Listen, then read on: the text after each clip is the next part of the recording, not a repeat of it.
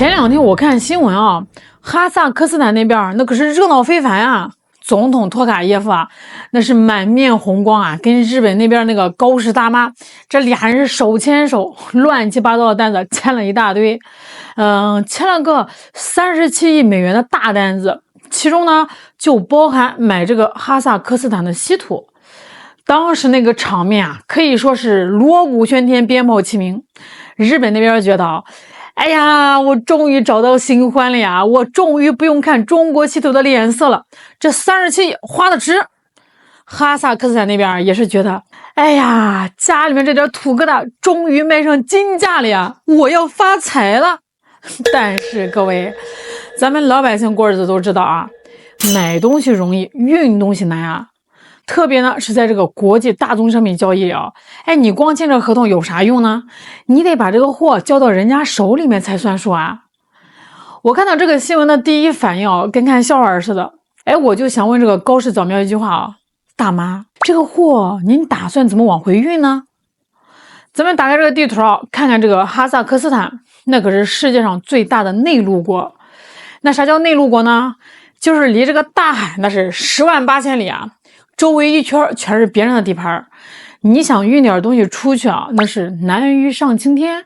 其中这些稀土单子呢，现在呢就像是画在墙上的一张大饼，看着香，闻着也香，但是你想把它吃到嘴里啊，哎，你得先问问周边这几位邻居答不答应，尤其是得问问啊中国答不答应。咱们得先扒一扒日本人的心态啊。高市早苗这帮人啊，为什么这个时候他非要签这个单子？其实说白了，这日本呢现在是患上了严重的稀土焦虑症。那大家都知道啊，这2010年那会儿啊，这中日因为钓鱼岛闹别扭，咱们稍微收紧了一下稀土出口，日本那边就立马断粮了，电子产业差点停摆啊。那从那以后啊，日本政坛就落下了个病根儿，叫去中国化强迫症。哎，只要提到这个稀土啊，他们第一反应不是哪儿便宜买哪儿，而是只要不是中国的，多贵我都买。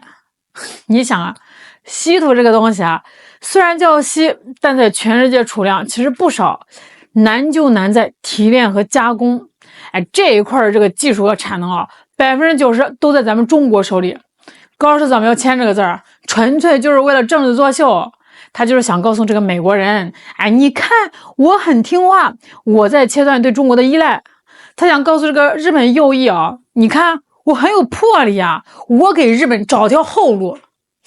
但是他唯独没有告诉日本纳税人，这笔钱花出去哦，买回来的可能是一堆运不回来的土，或者是一堆贵的离谱的智商税产品。这种为了政治正确而无视商业逻辑的行为啊，这就是典型的人傻钱多啊！咱们先说这个最正常、最便宜的那条路啊。按理说吧，哈萨克斯坦要是把这个东西运到这个日本啊，其实最顺流的路线是啥呢？往东走啊，通过中哈铁路把这个稀土拉到中国的连云港，然后装船突2天就到日本了。这条路啊，距离最近，成本也是最低的。以前这个哈萨克斯坦卖这个小麦、卖矿石啊，走的都是这条道。但是现在啊，这条路啊，我看是悬。为啥呢？因为这个买卖的性质变了呀。哈萨克斯坦跟这个中国是啥关系呢？永久全面战略伙伴，这个名字听着多亲热呀。但是你现在要把这个战略资源稀土卖给日本，而且是为了帮日本摆脱对中国的依赖。虽然中国没有明说要卡你，但是咱们中国海关那儿那可是有规矩的呀。稀土那是啥呀？那是战略物资，那是危险品，有些呢还带放射性。要是走连云港过江，咱们的海关同志是不是得严格检查一下？这一检查，那是查3天呢，还是查3个月呢？这就不好说喽。而且现在这个中欧班列啊，那都是给欧洲运货的，车皮多紧张啊！你这给日本运稀土的单子，是不是得往这个后面排一排？排到明年，排到后年。所以啊，这条路看似是坦途，实则是死路。哎，那既然中国这条路不好走，那哈萨克斯坦和日本啊，肯定得想别的招啊。他们想了个啥招呢？走中间走廊。也就是跨里海运输路线。这个路线吧，听着是挺美的。咱们先来盘一盘啊，从这个哈萨克斯坦的矿区，先把这个稀土运到这个阿克套港，装船横渡里海，运到这个阿塞拜疆的巴库，卸船装火车，再穿过这个阿塞拜疆、格鲁吉亚，到了土耳其，再换火车，或者说直接找这个港口装船啊、走这个黑海或者是地中海啊，有绕一大圈到这个日本呀。这条路啊，我看不是运稀土啊，这是唐僧取经啊，981难，一难都少不了啊。首先呢，这个跨境国太多啊，你要跟这个哈萨克斯坦、阿塞拜疆、格鲁吉亚、土耳其这4个国家的铁路局、海关、港务局打交道啊。这4个国家那个办事效率吧，那是一个比一个感人啊，每个环节都要盖章，都要收费，都要意思意思。哎，这个成本呢就蹭蹭往上涨。其次呢，技术硬伤啊，这就得给大伙科普一下啊。前苏联国家包括哈萨克斯坦、阿塞拜疆，铁路呢用的都是宽轨，而这个土耳其吧，它用的是国际标准轨。这就意味着啥？意味着这个火车开到边境，它过不去了呀，得停车，把这个稀土集装箱卸下来，再调到另外一列火车上。而且那个换装站的效率啊，这个一天能处理多少？按照现在的效率啊，你的货啊能在那儿堵个上把个月。这还没完啊，你还得过里海和黑海。里海那个地方吧，那是出了名的暴脾气啊，一年有半年的风浪大，船开不了。等你这个稀土好不容易到了海边，发现这个船又停航了，还得在这个港口堆着交这个仓储费。所以啊，这一路下来啊，这个成本啊，起码比走中国过江高出3倍不止。日本企业啊拿到这批稀土的时候，估计得哭出声来啊！这哪是土啊，这简直就是金粉呀！哎，那既然这么难，高市早苗为啥要签这个字呢？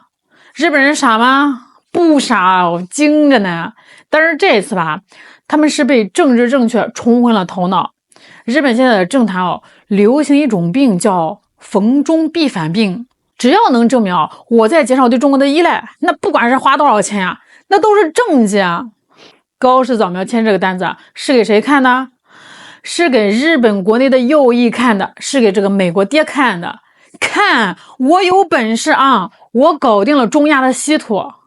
但是实际上呢，这个37亿美元啊，很可能就是一笔沉没成本。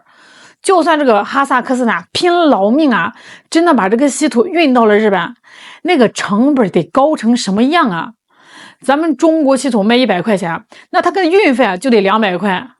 日本的企业再买回去啊，做成汽车，做成手机，那个成本啊，不得上天啊！哎，到时候你的产品在这个国际上还有竞争力吗？那透过这事儿啊，咱们得看到一个更深层的地理宿命，那就是内陆国的悲哀啊！哈萨克斯坦国土面积世界第9，看着是挺大的，资源也挺多的，但是它就像个被锁在深山里的财主，家里面有这个金山银山，但是门口的路全是别人家的呀。这就是所谓的资源诅咒的另外一种形式。你越是有这个战略资源，你周围的大国盯你盯的就越紧。这俄罗斯盯着它呢，因为那是后院；中国盯着它，因为那是一带一路的关键节点。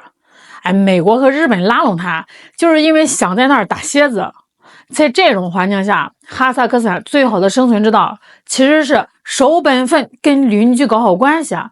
你的出海口啊，虽然在地理上没有，但是在政治上，中国和俄罗斯就是你的出海口。你把邻居给哄好了，这路自然就宽了呀。你要是想绕开邻居啊，去跟远在天边的外人眉来眼去啊，甚至呢想借外人的力量来制衡邻居啊，那对不起哦，邻居只需要把这个门稍微关紧那么一点点，你就在家里憋死。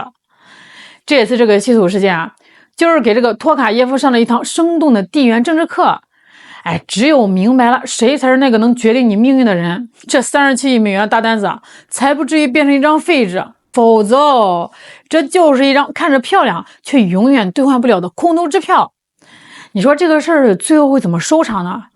我觉得吧，大概率啊会变成一个烂尾楼，或者说变成一个象征性工程。哎，你说每年这个象征性的运个几百吨，给这个双方领导人留点面子啊，大头还是运不出来。哈萨克斯坦最后会发现折腾了一圈啊，还是得回头找中国。托卡耶夫是个聪明人啊，他知道远亲不如近邻，他可能会跟这个中国商量啊，大哥，你看这个稀土要不要咱们合作开发？技术你出，精炼你来，最后这个利润咱们分，这才是正道啊！